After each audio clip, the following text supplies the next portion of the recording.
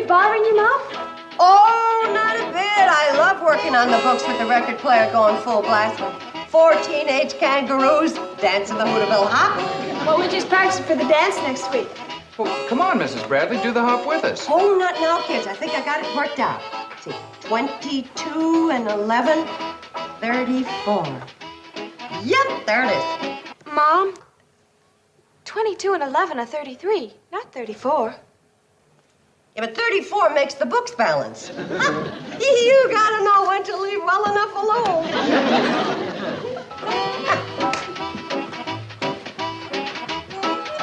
Mom, a honeymoon couple just got off the train. They're on their way up. A honeymoon couple? How do you know? Well, he called her Dreamboat, and she called him Poopsie, and then they kissed and said, yum, yum. You're right, they're honeymooners. Boy, customers. Well, what about their luggage? Uncle Joe's getting it. You check out the bridal suite. You get out the good silver and alert the kitchen staff. That's me. Can we help, Mrs. Bradley? But we could use some kindling for the fireplace. Do you boys like to chop wood? Well, Boys. We'd love to.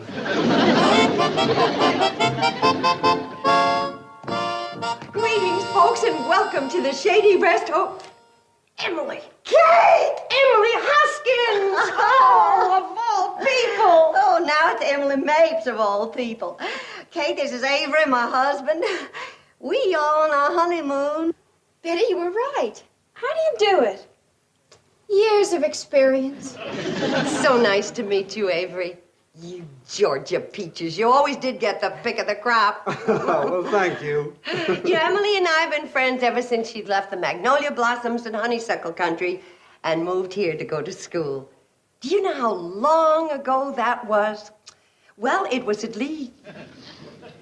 Well, let me put it this way. So you kids are on your honeymoon. Congratulations. Well, thank you, Kate. And I'll let you in on a little secret. Even at our age, marriage is exciting. The only problem is, now when I carry my bride over the threshold, I need help.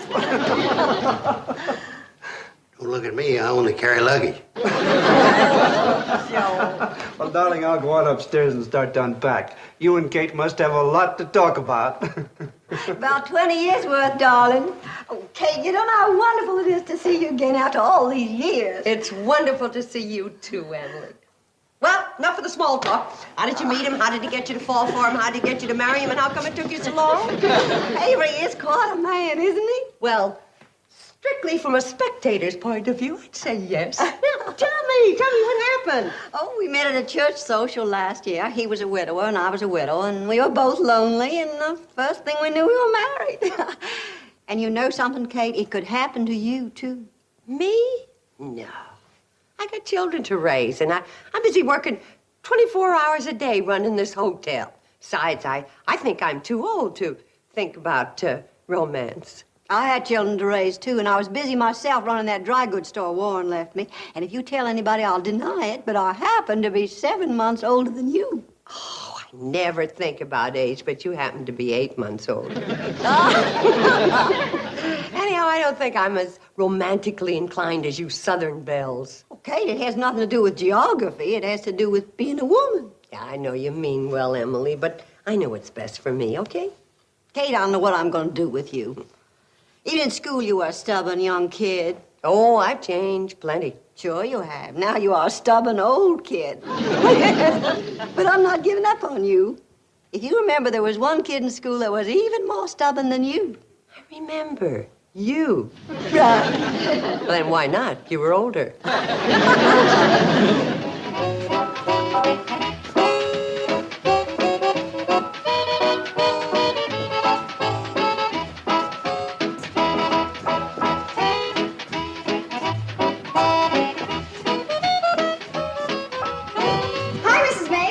Joe, could I talk to you for a minute? Sure. Hey, come on and join us. No, thanks. You see... Come on, it's fun. Oh, okay. Say, this is fun. It's called the Hooterville Hop. What do you want to talk about, Mrs. Mapes? Your mother. She has a problem with men. What's that, Mrs. Mapes? I said your mother. She has a problem with men. Mrs. Bradley? Men? Which man? Let's go up to my room. If we're going to talk about Mom's private life, let's do it where it's not quite so public. Gee,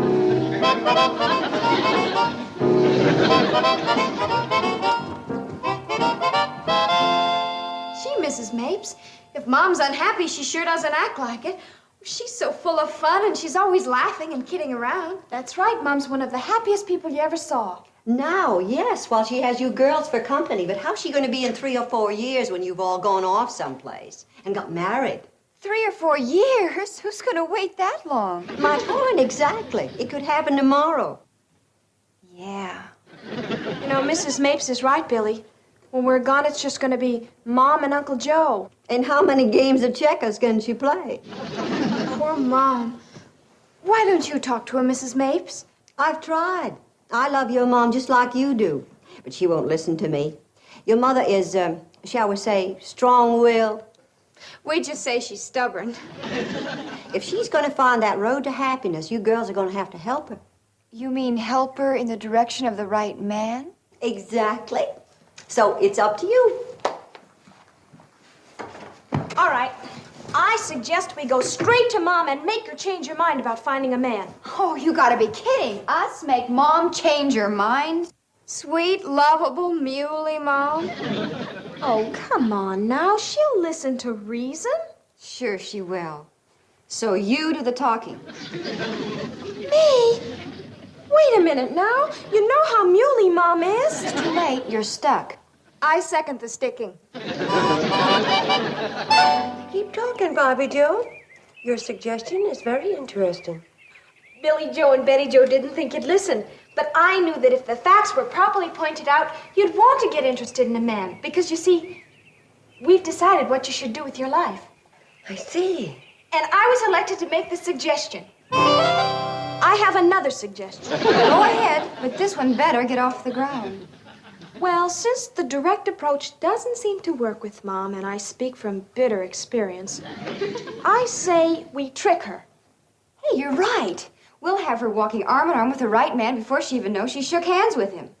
And we'll find him. How? Mom's not going to go out and try to hook a man on her own, and there are no fish in these waters. So what we've got to do is stock the pond. Hey, that's a wonderful idea.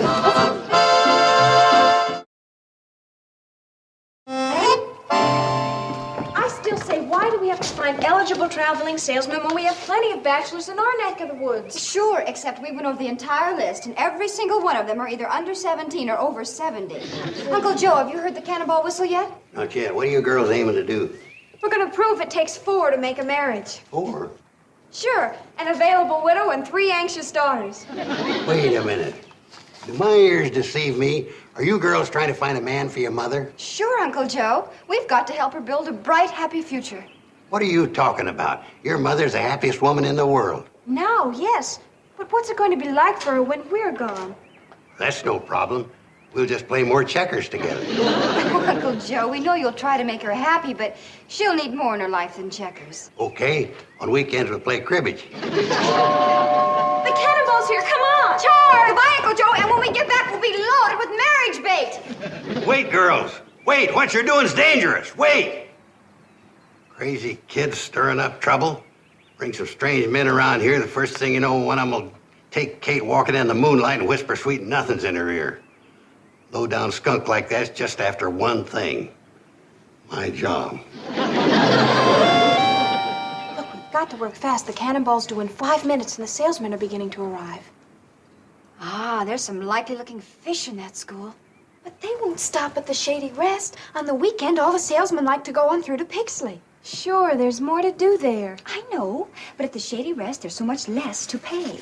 Now then, this weekend only, all rates will be cut in half for attractive, middle-aged bachelors and widowers. That'll get them. Yeah, but Mom would never stand for that. Well, she'll never know about it. We'll make up the difference ourselves. Now, how much have you got? $6. But I've been saving up for a permanent at the beauty shop. Well, what's more important, a new hairstyle or your mother's happiness? In the future, don't call me Curly. Well, here's my $10. And who wanted that adorable new green sweater anyhow? Oh, good. With this plus my $9, We can stake Mom to a nice, wide selection. Come on. Pardon me, sir, but how would you like to spend a delightful weekend at a breathtakingly beautiful resort hotel for a mere fraction of the usual rates? That sounds great. It is, if you qualify. Qualify? Yes, sir. Are you married? No. Then you qualify. Sounds wonderful. Oh, it is. That is, if you qualify. Are you married? Well, yes, I am. Oh, I'm sorry. You don't qualify. I've been a bachelor all my life. You qualify. Oh, pardon me, sir, but how would you like to spend a fun-filled weekend at a lively resort hotel? And if you qualify, you... Reverend Mims! Hi there. How's Mrs. Mims and all the little Mimses? Just fine, thank you, just fine. Billy Joe Bradley, what's all this about a fun-filled weekend at a resort hotel? Oh, nothing at all. I was just kidding around. Reverend, it was very nice talking to you, and I'm looking forward to hearing your sermon next week. Yes, that might be a good idea. Pardon me, sir, but how would you like to spend a fun-filled weekend at a breathtaking...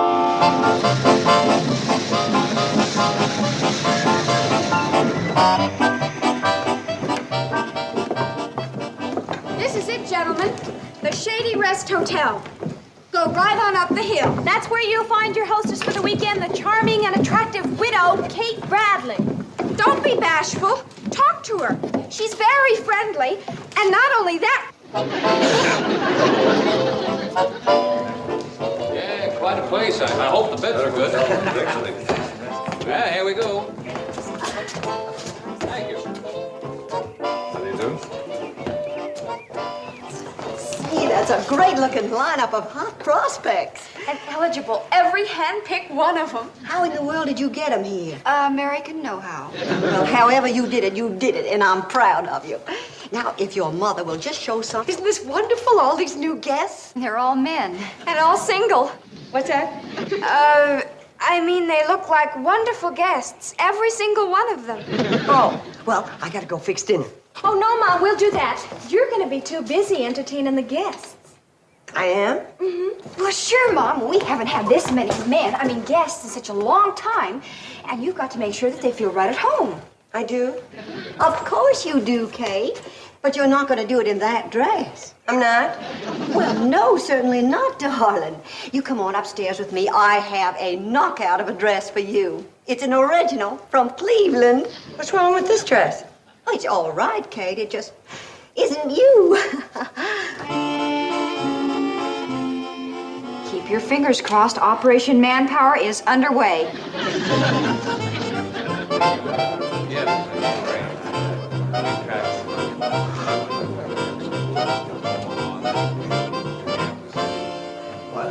How does she look? All I can say is I'm glad I met Avery first. She's putting the finishing touches on now. She'll be right down. Well, good evening, Miss Bradley. You know, I got to admit you're right. This hotel is loaded with charm. Well, if you think the hotel is loaded with charm, wait till you see the lady who runs it.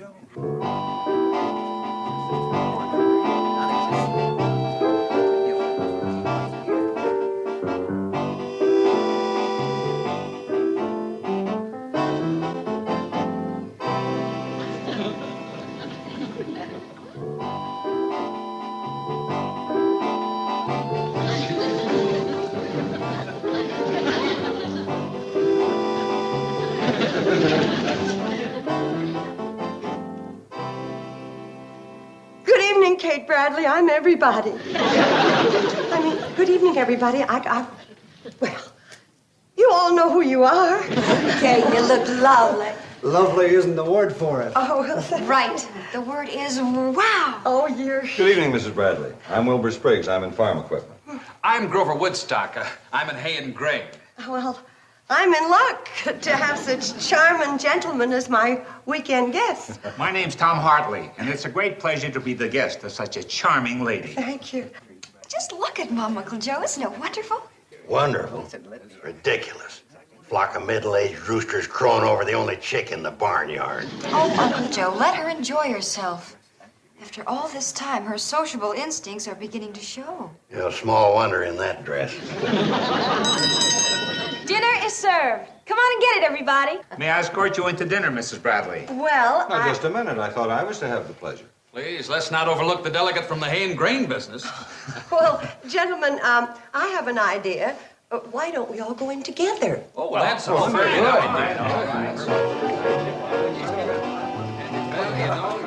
Come on, Uncle Joe, let's go eat. Oh, you go ahead, Billy Joe. I ain't hungry. Get my appetite back in the morning when I get rid of them fortune-hunting vultures.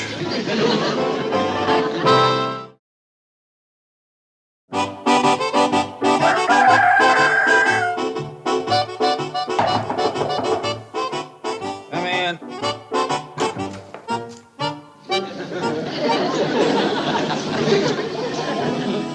I'm a house detective, Bulldog Carson. Up here to put a stop to the carryings-on you've been carrying on.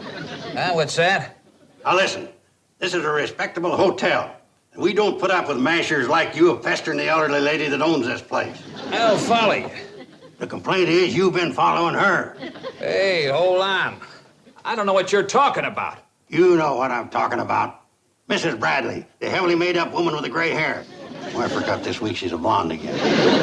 Now, wait a minute. We're on to your type, you low-down gigolo. Take my advice. The next train goes through here in 20 minutes. Be on it. Look, if you don't get out of here, I'm gonna... You and the rest of them scoundrels better be gone pronto. Remember, I'm packing a blackjack here and a heater here. You're not messing with kids, you know. This here is Bulldog Carson himself. Come on, Bulldog, back to the kennel. Mr. Woodstock, I don't know what's been going round in my uncle's head, if anything, but please accept my apologies. Oh, that's all right, Mrs. Bradley. I should have expected it. This whole deal was wacky from the start. Am I married or single? Reduced rates for bachelors and widowers?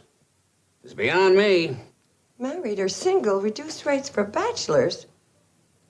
Why, those little rascals. They sure are, Kate. All them others and this one, too. No, Uncle Joe, not them, the girls. Why, they cooked up this whole thing to push me into romance. I could have told you that, Kate. I got an eye like a hawk. A minute ago, you were a bulldog. Mr. Woodstock, would you mind meeting me on the porch in an hour? Sure, Mrs. Bradley, but... I'll round up the other gentlemen. We'll have a little powwow. Together, we'll strike a blow for the older generation. Come on, Uncle Joe. Okay, Woodstock, I'm through with you. You can go back to sleep now. Come on, Bulldog.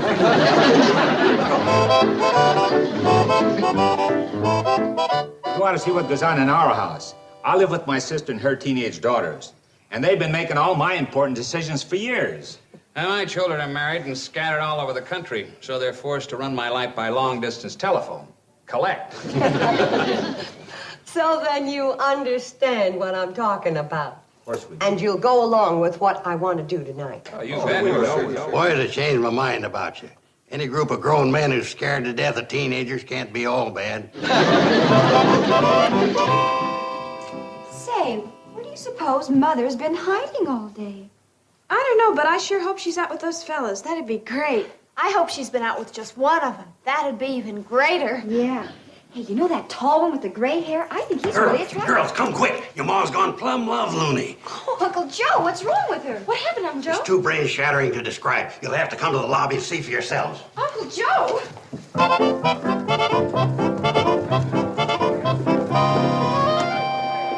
Oh, Uncle Joe, what were you talking about? Mom isn't even here. Yes, where is she? Whoopee! Happy New Year, boys. Did you listen? I'm good looking. Say, what kind of a party is this? I want dancing, singing, revelry. Atta girl, Kate. Anything you say. Thanks, doll. Now, which one of you handsome, eligible gentlemen is going to get me some of that punch? How about you, Grover, honey? You're cute. You're not so bad either, tall, gray, and boy, would you make a great husband. It looks like Mom and it sounds like Mom. But it's gotta be somebody else. You're okay, Katie, baby. You too, Wilbur.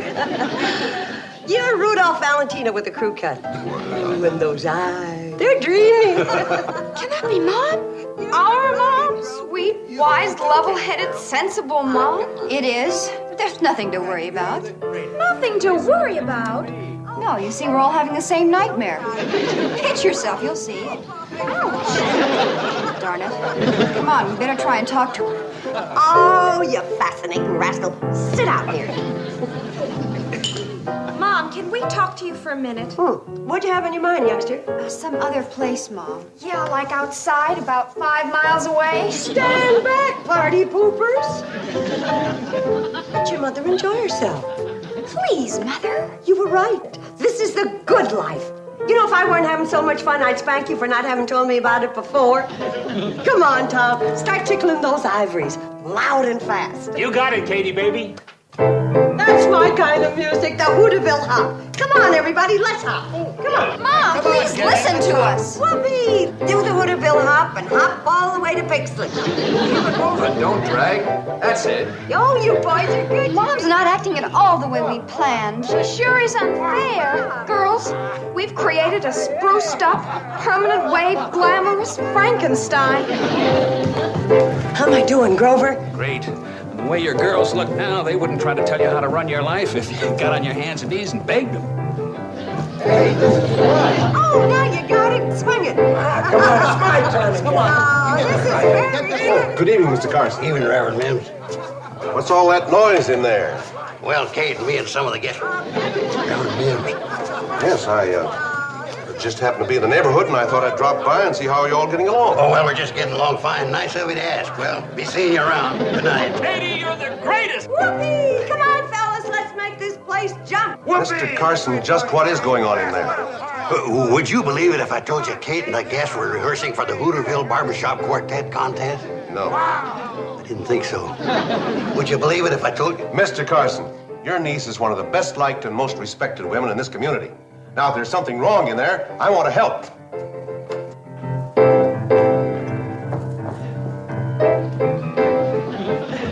Reverend Mims. How nice of you to drop in. What's new?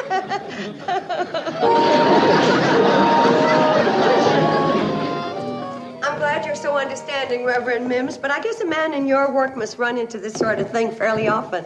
Fairly often. Every day. I've got 4 teenagers of my own. It all worked out great. The girls know once and for all that Kate ain't interested in finding a man, right, Kate? Wrong. I'll be interested when the right man comes along, but I'm going to do my own finding. Well, tell me, Mrs. Bradley, do you think your trick worked? Will your girl stop trying to run your life? Oh, sure. It cost me a crick in the back and blisters on my feet, but they're going to leave me alone from now on. Yeah, they're cured all right. You can take my word for it. Mom, if you're going to stand out here like this, you need a sweater. I'm fine. Mom, please, put it on. I'm fine. Mom, now put that sweater on. You're gonna... Girls, I think I'm old enough to know when I need a sweater.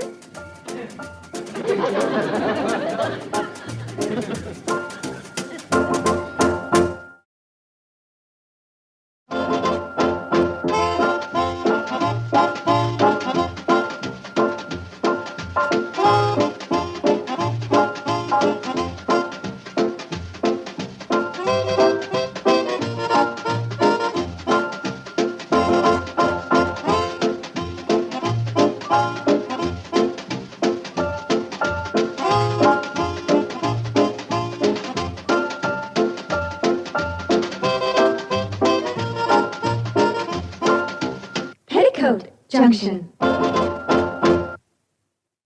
This has been a Filmways presentation.